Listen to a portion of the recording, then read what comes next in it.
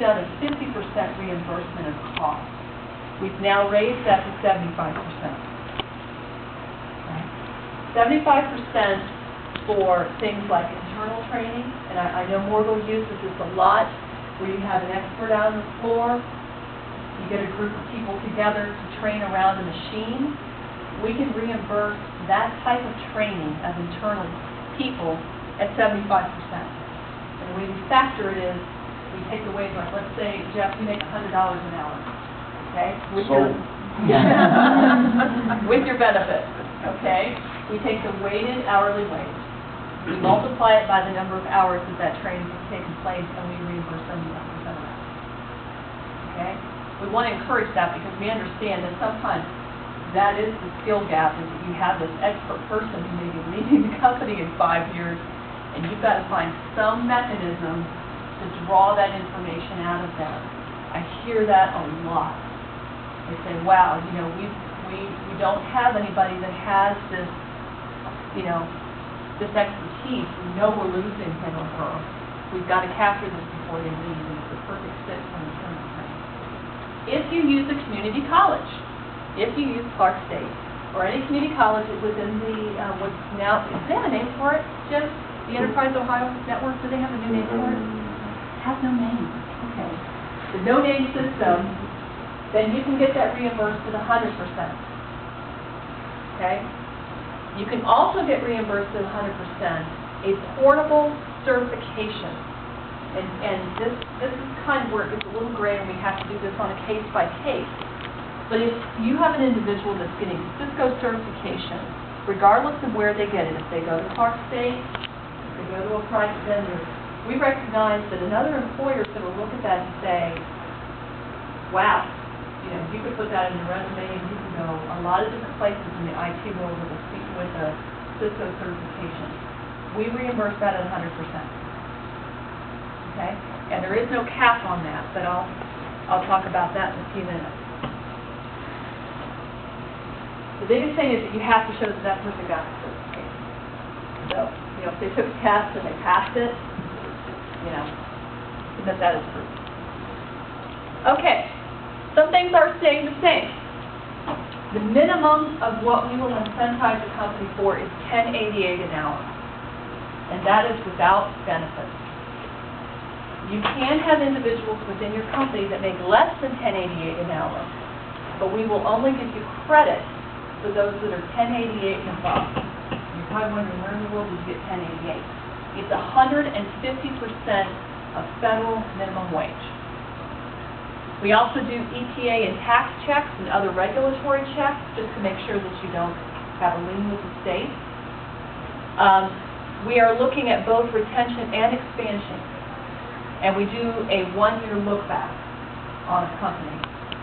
So if you think that you've gone through a recent downsizing and maybe there's, you know, maybe you laid off a significant number of people and you're calling them back, you may want to wait a little bit so that your 1-year look back qualifies you for receiving a training grant. And they are 2-year grants.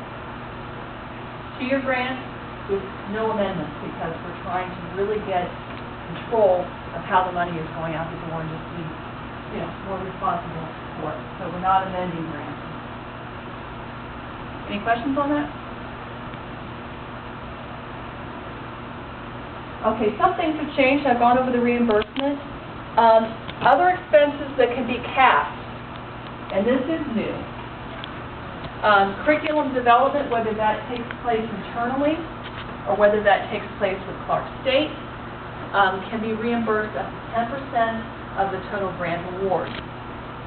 Travel expenses, 10%. That's for if you send people out to receive training or you have vendors come in to do training. 10% of the grant award can be earmarked for travel.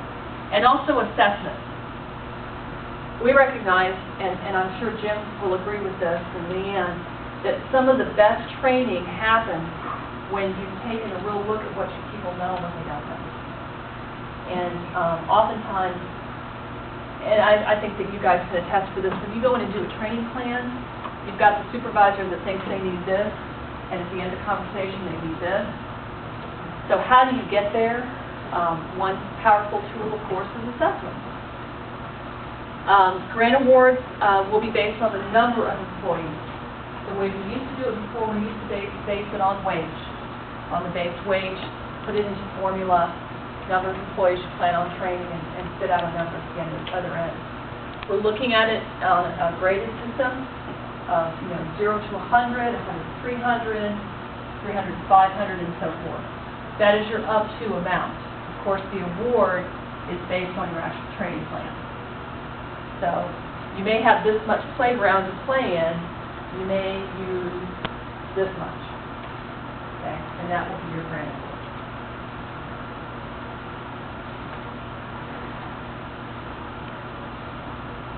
Okay, so based on how you enter the system, no wrong door.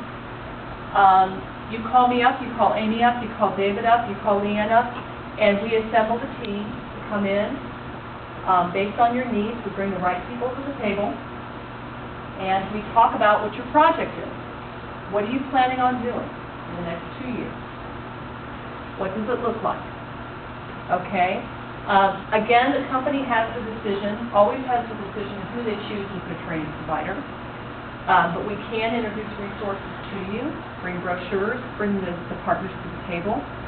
And this was what it was before, and I should have taken this out, but we've had opportunities, and maybe we'll cross our fingers, Jim, to see maybe this is reinstated. We have done projects where we've done it in tandem with other funding sources. As long as we keep the funding streams clean, make sure that you're making your contributions and so forth, we can run them in tandem.